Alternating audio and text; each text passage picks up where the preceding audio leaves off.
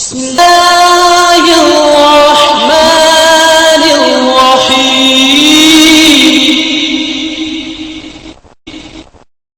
اب سب سے پہلے ہم لیتے ہیں فعل کو۔ فعل کی ہم جو ہے وہ 4 قسمیں کرتے ہیں۔ پہلی قسم ہے فعل ماضی، دوسری قسم ہے فعل مضارع، اور تیسری قسم ہے فعل امر، اور چوتھی قسم ہے فعل نہی۔ فعل ماضی اس فعل کو کہتے ہیں جو گزرے ہوئے زمانہ میں ہو، جیسے ضربہ، اس ایک مرد نے مارا۔ اور قاعدہ کلیہ اس کا یہ ہے کہ فعل ماضی کا جو آخری حرف ہوگا وہ ہمیشہ زبر والا یعنی مفتوح ہوگا۔ ضربہ، مارا اسے ایک مرد نے، اب با پہ جو ہے وہ زبر ہے۔ اسی طرح فعل کی دوسری قسم ہے فعل مضارع، اور فعل مضارع اس فعل کو کہتے ہیں جو زمانہ موجودہ یا آئندہ میں پایا جائے، جیسے یضرب، یضرب۔ اب یضرب جو ہے اس کے معنی آئیں گے وہ مارتا ہے یا وہ مارے گا۔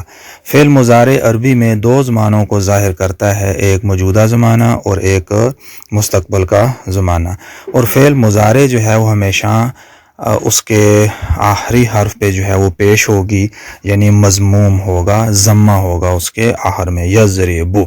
اب با پہ پیش ہے۔ فعل ماضی میں ہم نے دیکھا تھا کہ با پہ زبر تھی، اور مضارع میں ہم دیکھ رہے ہیں کہ با کے اوپر جو ہے وہ پیش ہے۔ تیسری قسم آ جاتی ہے فعل امر۔ فعل امر اس فعل کو کہتے ہیں جس میں کسی کام کا حکم دیا جائے، جیسے اضرب، مار تو۔ اب امر کا قاعدہ یہ ہے کہ امر ہمیشہ سکون والا ہوگا، جزم ہوگی اس پہ، جیسے ہم دیکھتے ہیں یہاں با جو ہے اس کے اوپر جزم آ رہی ہے، اضرب، مار تو۔ چوتھی قسم فعل کی نہی ہے۔ نہی اس فعل کو کہتے ہیں جس میں کسی کام سے روکا جائے، جیسے لا تضرب، تو مت مار۔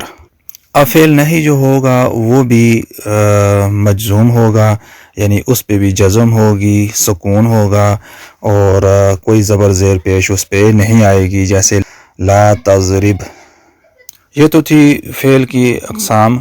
اب فعل جب واقع ہوتا ہے تو اس کا کوئی کرنے والا بھی ہوتا ہے، تو اس کو جو ہے اس کا فاعل کہا جاتا ہے۔ اب جیسے کہ ضربہ، مارا اس نے، تو اب ضربہ کا کوئی کرنے والا بھی ہوگا تو وہ ہم جملے میں اس کا ذکر کرتے ہیں، جیسے ضرب زید، ضرب زید، مارا زید نے، ضرب زید، مارا زید نے۔